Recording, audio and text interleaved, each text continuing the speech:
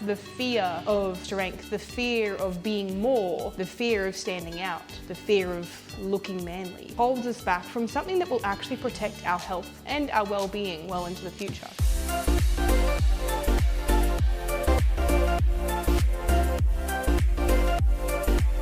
Hello and welcome to another vlog on YouTube and podcasts on Spotify and Apple Podcasts by the Fit Minds podcast. Coach Maya Jean here. Today, I'm going to be discussing a very important topic. In fact, probably one of the most important topics currently circulating in the fitness industry and for women that has been long-standing for, we'll call it decades. So this topic is called why women should be strong, not skinny. Now, for as long as I can remember, since I was a young girl, there was a lot of pressure on women I saw around myself to lose weight, to be thin, especially for the millennial generation who grew up in the 90s, the 2000s, where slim was the look. If you remember the Spice Girls, you know, these women that we look back on that were size 6 to 8 Australian sizing, maybe a size 0 American, and the second they gained any weight or they looked slightly thicker or bigger than usual, they were scrutinized. And the same thing happens today in modern media. Now, I don't think we take modern media as serious as we used to, thank goodness for that, but we still do see this surfacing in other areas. And certainly we thought we were done with it. And then the Ozempic craze and the Monjuro craze and the every other type of appetite suppressant drug craze took the internet, and I will call it that, it has been the internet, by storm. And this is where the dangers of idealizing a skinny, not strong look for women is, it's not just surrounding the dangers with things like risk of developing disordered eating or eating disorders, but also the implications for a woman's health. Now, it's commonly thought, or there's a misconception around the idea that women shouldn't look masculine, that we shouldn't have muscle. And this has been perpetuated by, would you believe, men. And funnily enough, women. You would see it on the internet all the time. You see women with muscle mass, and the second that anybody has slightly more than what society deems to be, I suppose, socially acceptable, this is where scrutiny is placed upon them as well. And what we're seeing is, with especially the aging population, and now I believe that we're going to see this issue in women who are in their 40s and 50s, rather than necessarily just 60s and 70s and 80s, an issue with atrophy and muscle waste over time. And it's happening earlier and earlier than we would like to even pay attention to. So we've got women in their 40s, 50s, 60s struggling with muscle waste as a result of poor nutrition, inadequate protein intake, an assumption that eating more protein will make us super muscular, too muscular, manly.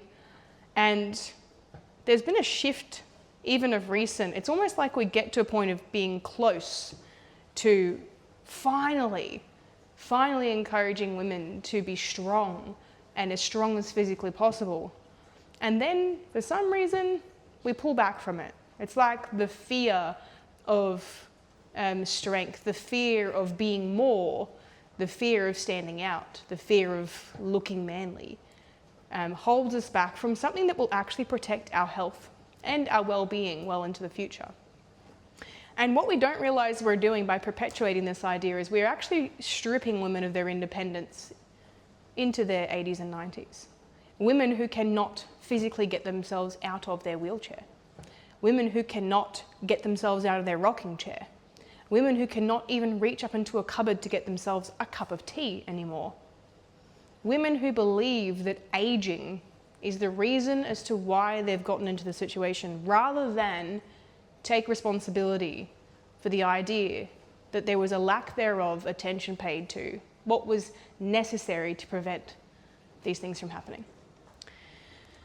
Now, we know there is significant evidence supporting resistance training, weights training, dumbbells, resistance bands. And I'm not talking about your pussy 2 to 3 kilo weights that you pick up in the gym and think you're a hero for performing a couple of reps. I'm talking about significant resistance against muscle tissue. Women are stronger than they realize, and they should be stronger than they currently are. Women are at most risk, more risk than men, for osteoporosis, sarcopenia, atrophy as they age. And I do believe this is a societal contribution that we have not encouraged women to get stronger, to engage in weights training and resistance training. And it only gets to the point where they're in their 70s, 80s and 90s and they're sent to a physio. You know, it's this last resort. Oh no, I'm really struggling with walking around, you know, going up and down a single step. What do I do? And the question has come too late. It is not what do I do now, but what should I have done 20 years ago, 30 years ago, 40 years ago. Women start to, through their 30s, 40s and 50s, from their 30s, we decline, slowly have a decline in our ability to absorb protein. Protein resistance is what it's called. And all that basically means is that protein that we consume, so through lean meats, dairy, protein powders if you're wanting to substitute, egg whites, tuna, fish, okay? Protein that we consume, and I use meat sources because they are the most bioavailable and they contain all the essential amino acids. When we eat that and we consume that our body no longer absorbs it at the rate that it used to. It is resistant to the protein that we are consuming. Now, this is due to a process involving satellite cells, okay, inside your body, whereby there is a disconnect. It starts to malfunction. And one of the ways, two ways actually, the two main ways that you can battle this protein resistance is through weights training and resistance training and oversaturating your protein intake.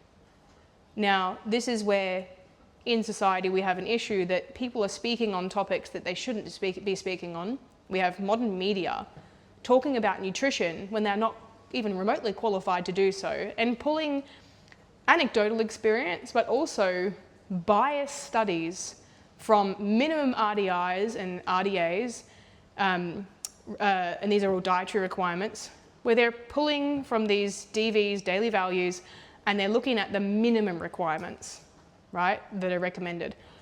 We saw it most recently on, there was an episode of the Gruen transfer, I believe, and the reel went viral because it was a panel of media experts talking about nutrition and about the fact that most people are meeting their minimum protein requirements in the Western world. What we don't realize is those minimum requirements are not associated with longevity of life. Those minimum requirements are just minimum requirements. And the minimum does not necessarily pertain, like reaching that minimum doesn't pertain to the idea that you're going to be at an optimal level for what you're trying to achieve, which is living longer, right? That minimum requirement doesn't mean you're going to live till you're 80 if you meet that requirement. It's just a minimal requirement that has been set for whatever particular reason.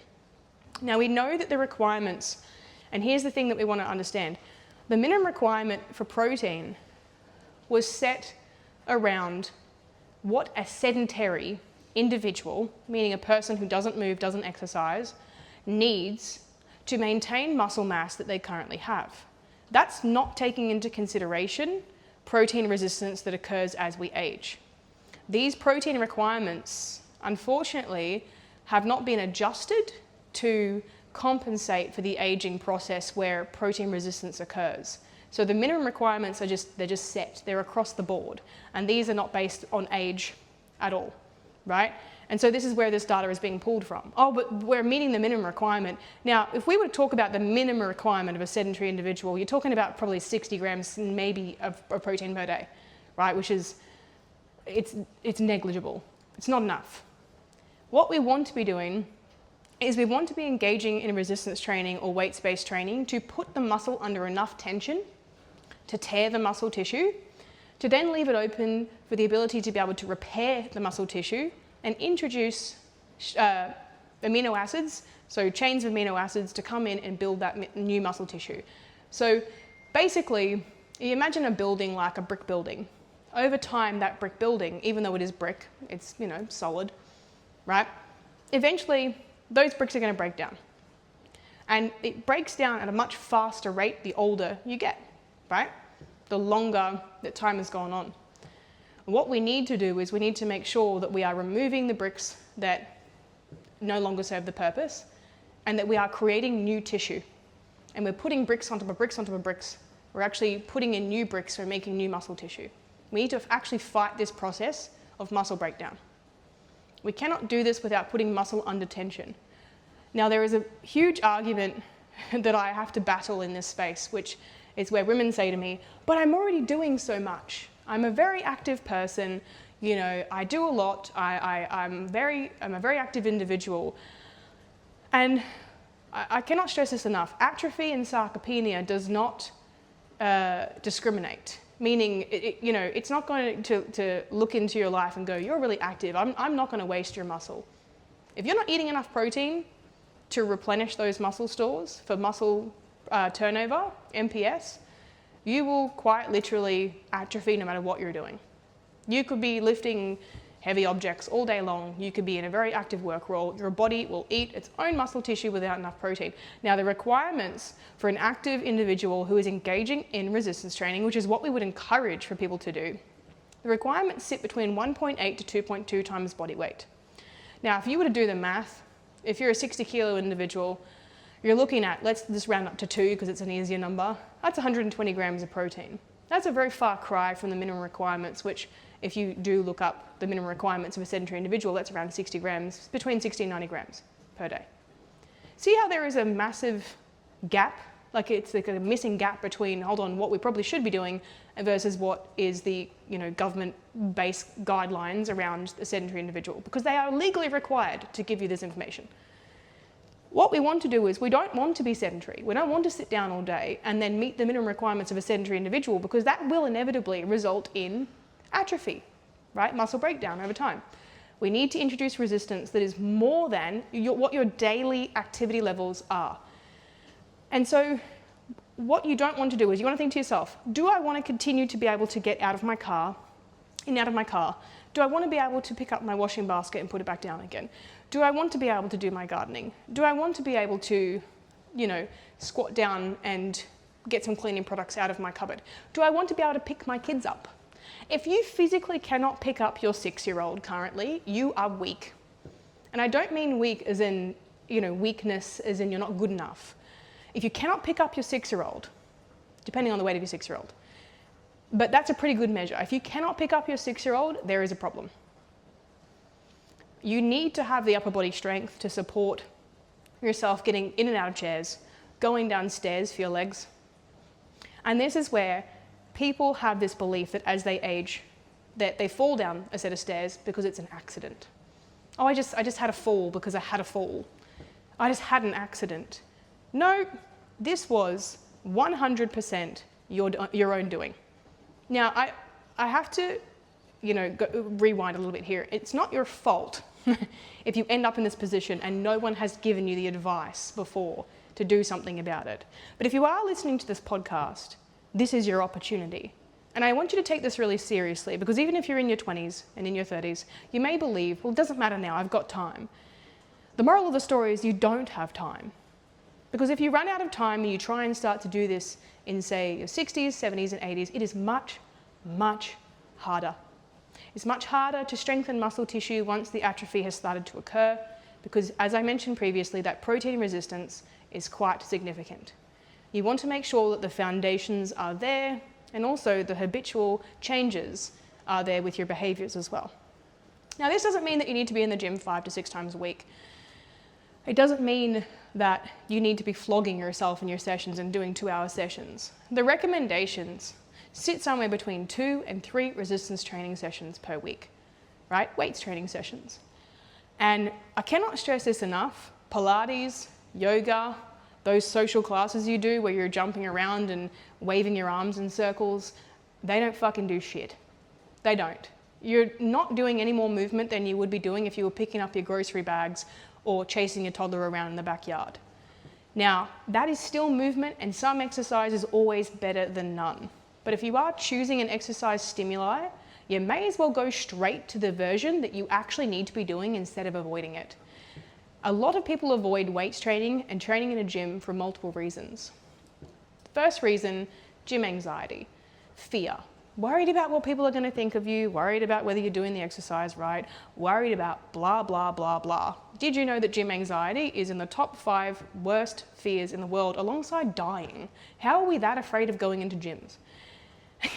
The main reason for this is because it's an environment where, like a shopping center, you're in a big room of people that you don't know, right? And you're having to share a space with them. It's sweaty, it's noisy, it's overstimulating, and then on top of that, you're having to do something that, if you don't have a lot of experience with it, can be quite scary, right? Especially performing exercises under load. My biggest piece of advice is, instead of avoiding the thing that you're afraid of, gradual exposure will be key, and understanding it's the lesser of two evils. You are in a position where you can make a decision to do something as difficult and uncomfortable now, or you can be incredibly uncomfortable later in life for multiple decades on end. I think I know which one I would rather choose. Alongside that, not just preventing yourself from having falls later in life and injuries, things like protecting your back, your knees, etc., your shoulders. That's what muscle tissue does. Muscle tissue literally protects your joints. It strengthens your joints, and resistance training strengthens your joints more than the high impact exercise. So those who are out there doing CrossFit and F45, I'm sorry, but those two types of exercise, they have the 2 highest injury rates of any type of exercise in the world. F45 and CrossFit specifically. So the jumping, the running, the very forced movement patterns where you're having to do 20 deadlifts in the space of a few minutes. And as much as that is fun and it is social, the downside to it is that you then may be out of action sooner rather than later.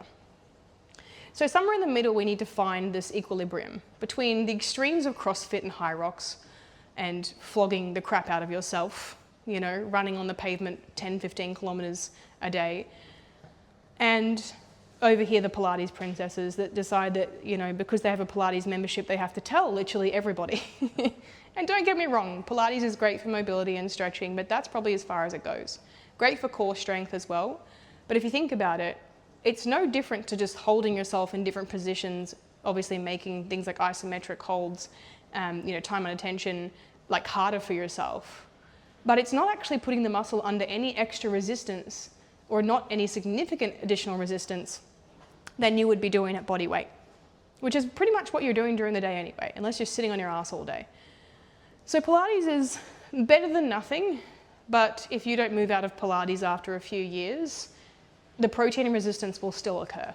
And in fact, you'll have some muscle tissue, but it will not be enough to protect your independence as you age, right? You don't really see women in their 80s and 90s going, I've done my Pilates my whole life and I'm super strong and I've got no sort of ailment. Sometimes you do, like sometimes there are some examples where this might be the case, but their diet's usually on point. But what you do see, and finally we're seeing it happen, is women in their 50s and 60s. I've got a woman who's, and the reason why we don't have it in their 70s and 80s is because it's a whole generation of people who don't fucking get it. And we're never told this information. But I've got a woman who's 55 that I work with currently, and she is so incredibly strong. She has no injuries, no ailments, no issues, no health issues, nothing. And she engages in resistance training. She also swims, she's a swim instructor. And the point is there are other 50-year-olds that will blame their age. Oh, I'm getting old. This woman is showing absolutely no sign of slowing down, and she's not going quickly, she's just doing it efficiently.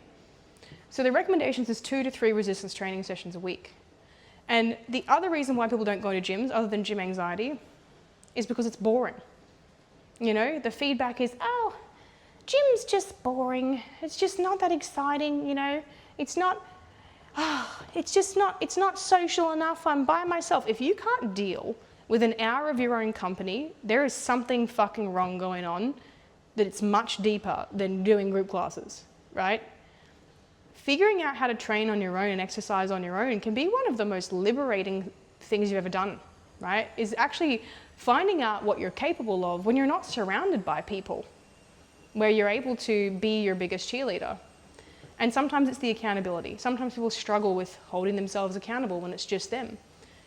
But when you learn how to do this, when you learn how to hold yourself accountable to a program, and you learn how to be bored, and you learn that the repetition is the excitement, and that the achievement of additional reps or additional weight, being able to better yourself from week to week, seeing the changes visibly in front of yourself as well, right? Because a lot of the time when you get involved in this stuff, you first start out your journey just, I want a bit of a definition or whatever, and then you actually realize how much muscle creates shape.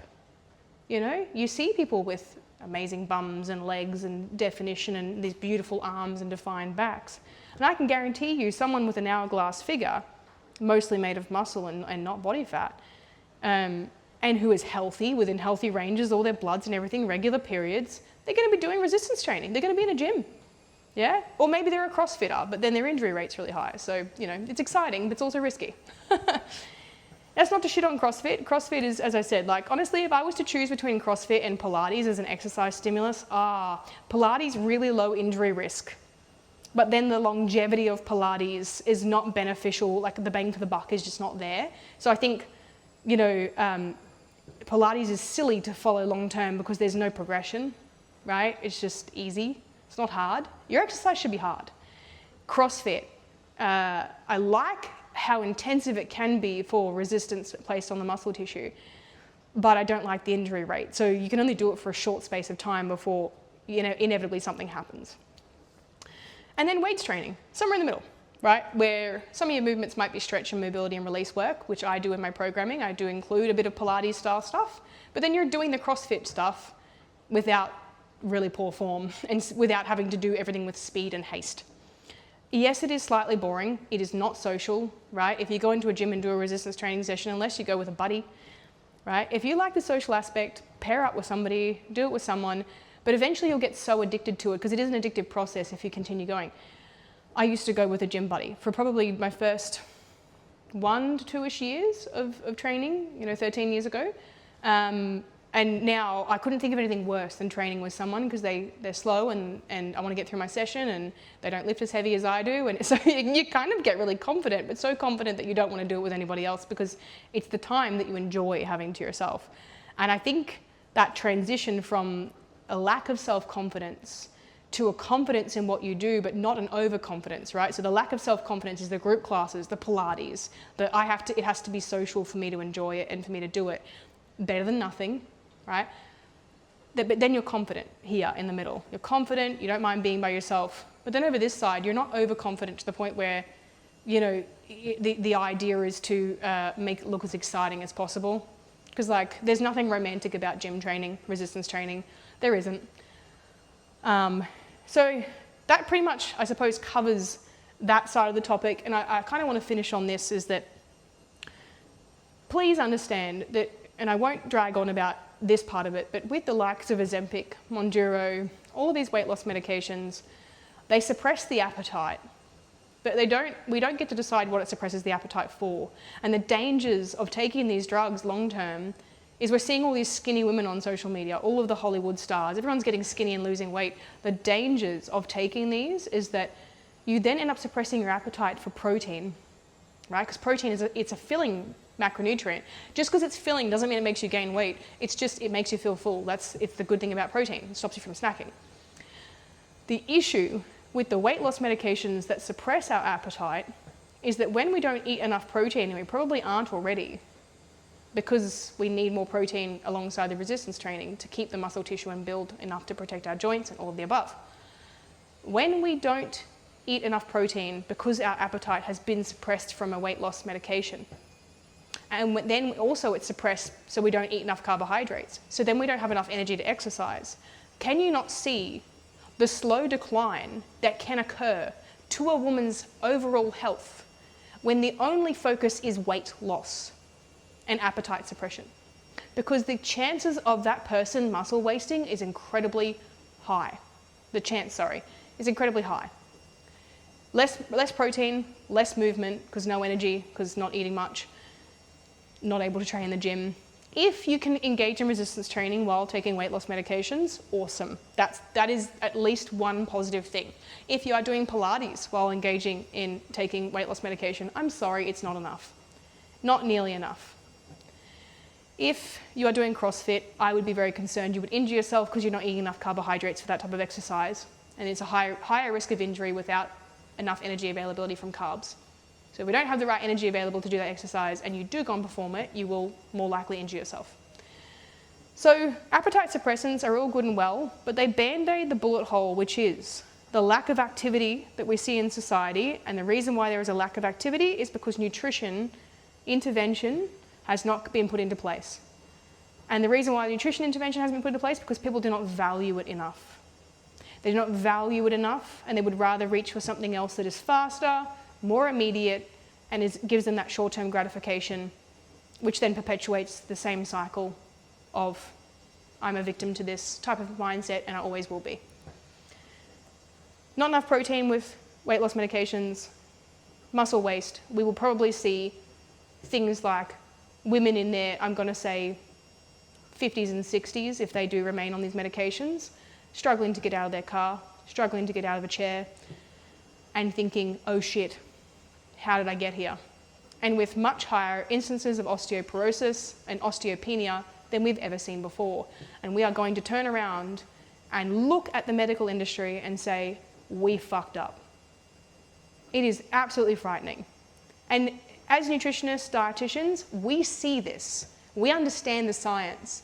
So we see it in the background. We see this happening. We know it's predictable because data doesn't lie, right? And if people are already struggling to get protein in because it's quite filling, and they're struggling with the idea of feeling full, and then they're binging on stuff that doesn't keep them full and doesn't, give them sustained energy, and then they go on weight loss medications, do you not think this problem will only get worse? So we are destined for a very scary time ahead if we do not start to normalize and in fact encourage, and I would even say celebrate, strong women. Strong women are not masculine, and in fact, masculinity is not a bad thing for us to carry some, okay? Femininity and masculinity, we can balance both. If you start to change the way you see yourself and what you're capable of and what you think you should be doing versus what everybody else is telling you to do, right? And I'm talking about the external influences, the negative people that tell you that you need to be as skinny as possible. Think about where you will be in 10 or 20, 30 years' time with this type of mentality. And you only need to look at someone who has gone down this path, someone who struggles with disordered eating or who is frail, okay? And ask yourself, is that where I want to end up? In the face of vanity, in the name of vanity, in being able to meet a standard that you never needed to meet in the first place. So, women should be strong, not skinny, resistance training, challenge yourself, challenge your thoughts, and understand that some things are uncomfortable and difficult to do, but in the long term, they will quite literally save your life. And you know what? Once you get strong and once you start feeling stronger, it's pretty fucking cool. I'm not gonna lie, I feel unstoppable every single day of my life. And I don't give a fuck what people think about me. I don't care if people think I've got too much muscle. Their opinion is invalid. My life and the example I set for my child and my little girl, that she's going to be strong, she's not going to starve herself, she's going to eat well, she's going to eat often, and that she is allowed to be, she's allowed to take up room, she's allowed to be, have muscle, she's allowed to be who she wants to be, and she doesn't need to fit the mold of what society expects of women, only to rip their independence off them. All right, that is it from me. I'm going to make the pasta that's been sitting here this entire podcast as a nice little prop. This is chickpea pasta, by the way, if you guys are wondering. Great source of protein if you want to swap out your wheat pasta for chickpea pasta. Great on your digestion as well, and full of fiber, If you don't have legumes in your diet, such as chickpeas or lentils, this is a really good way of introducing them, and that way you don't miss out on pasta. You get more protein in without even having to think about it. We have this all the time with my daughter, and she loves it. She's got a pretty high protein diet as it is, and again, this is a beautiful method of, setting an example for my daughter as well, that she doesn't need to be afraid of protein. Doesn't need to be afraid of eating plenty of food, feeling full, and then, not beating herself up because she doesn't feel like snacking on shit all the time, because she's nourished. She is getting what she needs, what her body needs to rebuild and repair muscle tissue. And it's happening every day. Your muscle tissue turnover, it's literally happening as we speak. So you need to get the things you need in your diet, enough protein, engage in resistance training. And if you've been thinking about quitting your Pilates club membership, do it. Join a gym. Do a training program, exercise program, and get past the uncomfortable phase of it's boring. All right, that's it from me. Looking forward to doing another podcast for you soon. Thanks a lot. Bye-bye.